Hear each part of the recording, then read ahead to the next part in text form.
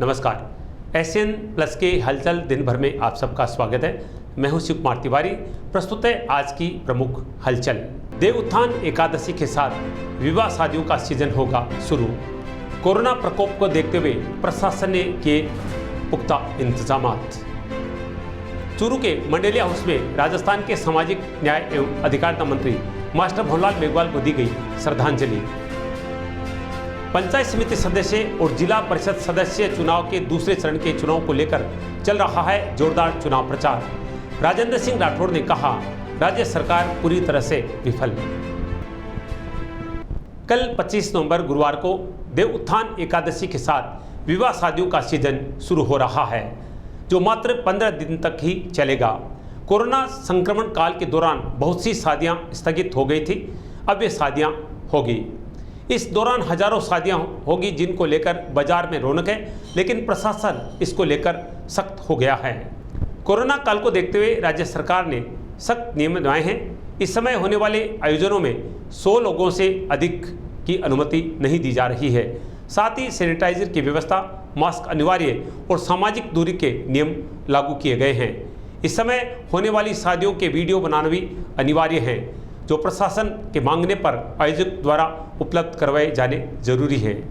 उल्लेखनीय है कि कुछ समय पहले तक कोरोना गाइडलाइंस के अनुसार मात्र 10 लोग ही या फिर 50 लोग इकट्ठा होने की अनुमति दी गई थी, लेकिन तब भी कुछ शादियां हुई थी।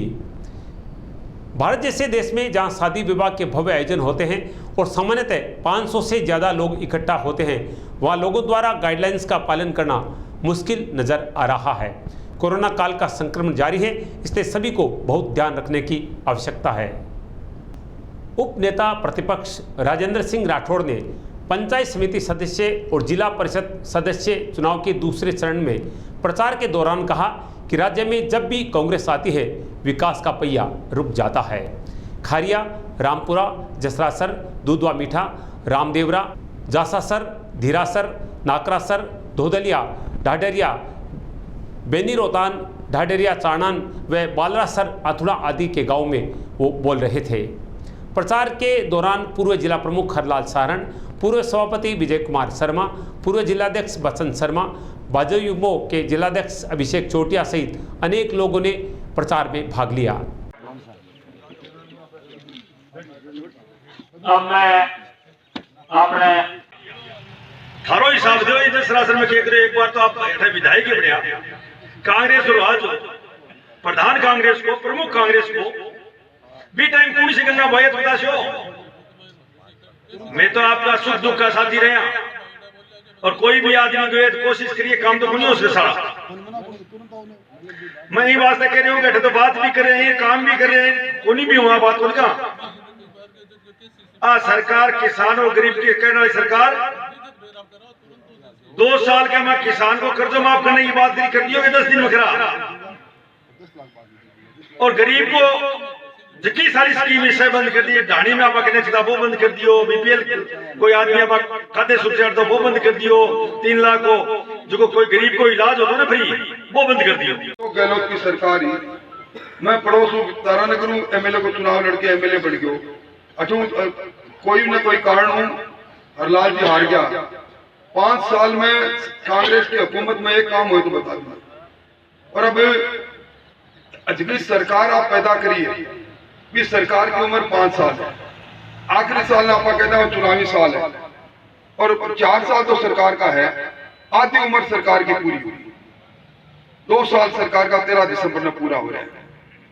ये जसरासर गांव में नहीं, राजस्थान का कोई गांव में अगर एक कांकरी लागी है विकास के नाम पर तो आप बता दें। तो एक काम जरूर करे है, बिजली का तारा में करंट तो कम आवे, पर बिल में करंट आना। बिजली का बिल में इतना बिजली का बिल बढ़ा दिया। और इस जगह गरीब लोग है, मैंने कह रहा सारी पेंशन बढ़ावांगा, 5 महीना में 1 रुपया आया तो पेंशन को बता दो आप। पहला मैं श्रम कार्ड की योजना लेकर आया, भी मैं गरीब आदमी श्रम कार्ड दिखाने हुए 18 साल की बच्ची की शादी हुई तो 55,000 रुपया मिला करता। लड़का बच्चा लोग अगर स्कूल में पढ़ा करता, तुम्हारा वजीफो 6,000 लेकर 24,000 को वजीफो मिला करता। अगर बिहारी बीमारी हो तो 3 लाख का कोई इलाज सरकारी हॉस्पिटल में और इन पैनल हॉस्पिटल फ्री हो। मैं सारी योजना बंद कर दी। अभी हरलाल जी सही कह रहा, कितनी ढाणिया में बिजली पहुंची, ढाणिया में बिजली खूब पहुंची, पर आज सरकार आते ही बंद कर दी। बिदासर के नगर पालिका प्रशासन के द्वारा रैली निकालकर आमजनों को मास्क वितरित किए गए। कोरोना जन आंदोलन अभियान के तहत पालिका द्वारा गठित 5 टीमों ने कस्बे के मुख्य मार्गों से होते हुए वार्ड संख्या 1, वार्ड संख्या 2 सहित विभिन्न स्थानों पर मास्क वितरित कर दीवारों पर स्टिकर लगाकर जागरूकता का संदेश दिया। रैली को पालिका अधिशासी अधिकारी प्रकाश चंद्र खीचड़ ने हरी झंडी दिखाकर रवाना किया। इस दौरान पालिका के अनेक कर्मचारी उपस्थित रहे।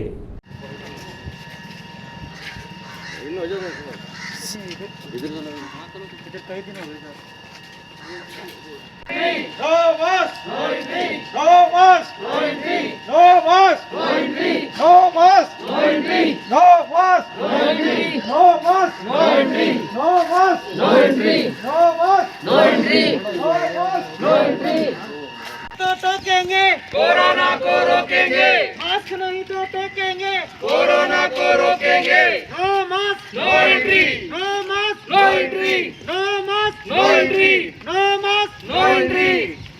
चूरू के मंडेलिया हाउस में राजस्थान के सामाजिक न्याय एवं अधिकारिता मंत्री स्वर्गीय मास्टर भंवरलाल मेघवाल के चित्र पर पुष्पांजलि अर्पित करके श्रद्धांजलि दी गई।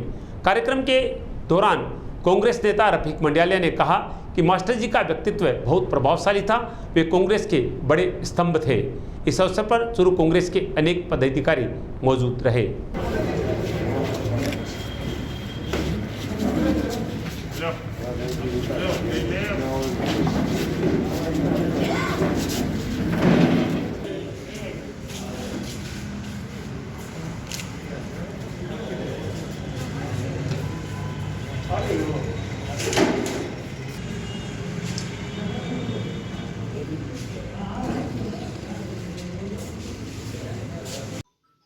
स्वर्गीय हमारे कैबिनेट मंत्री मास्टर भंवरलाल जी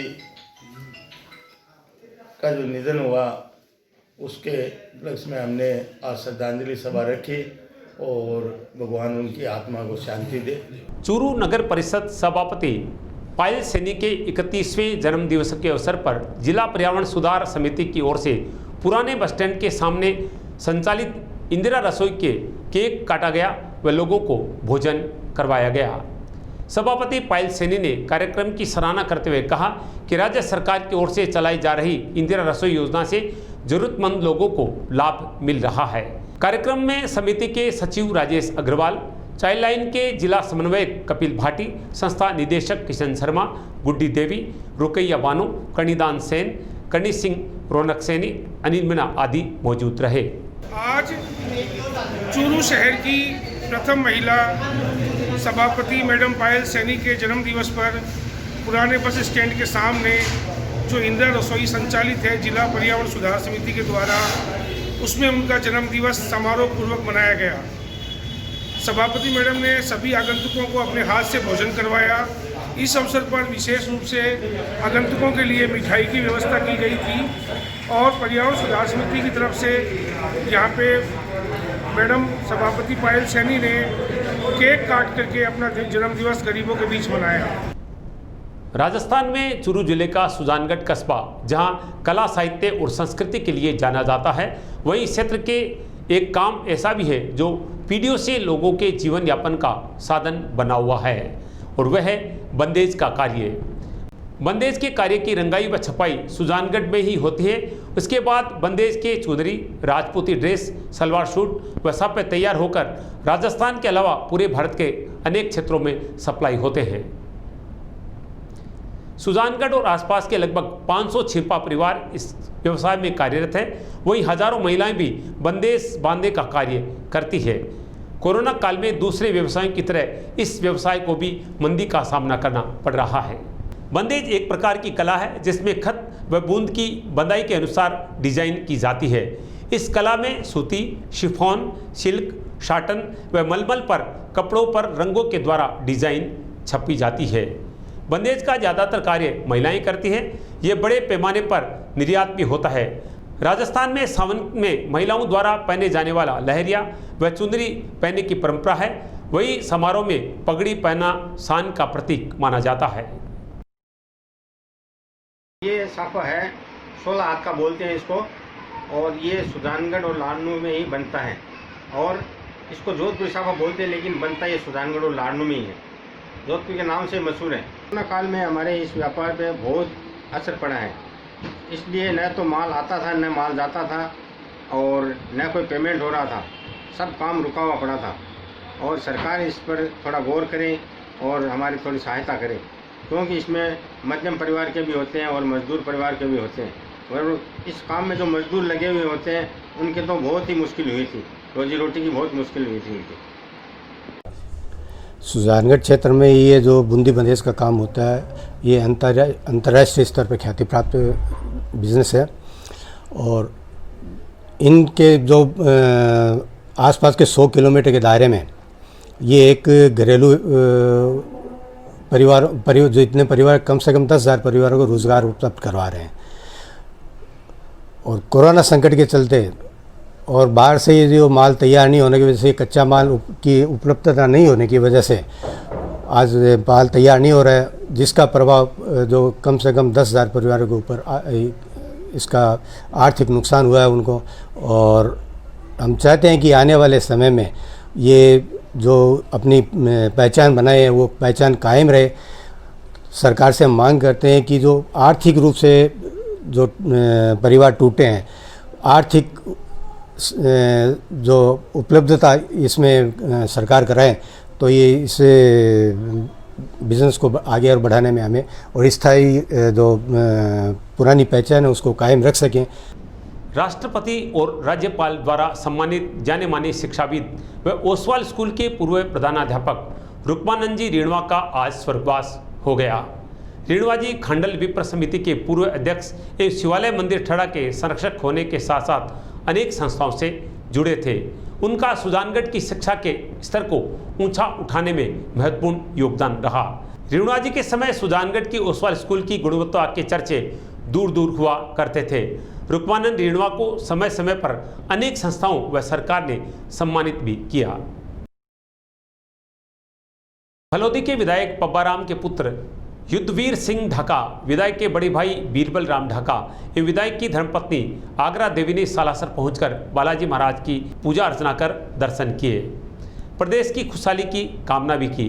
विधायक के परिवार का सांवरमल ढाका ने एवं मंदिर कमेटी की ओर से स्वागत किया गया।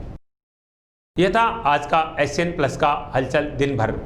टीवी पर देखने के लिए शेखावाटी केबल नेटवर्क का चैनल नंबर 153 देखें। वहीं YouTube और पेज पर हमारे चैनल को सब्सक्राइब करें और चैनल को लाइक करके इस कार्यक्रम पर कमेंट जरूर करें।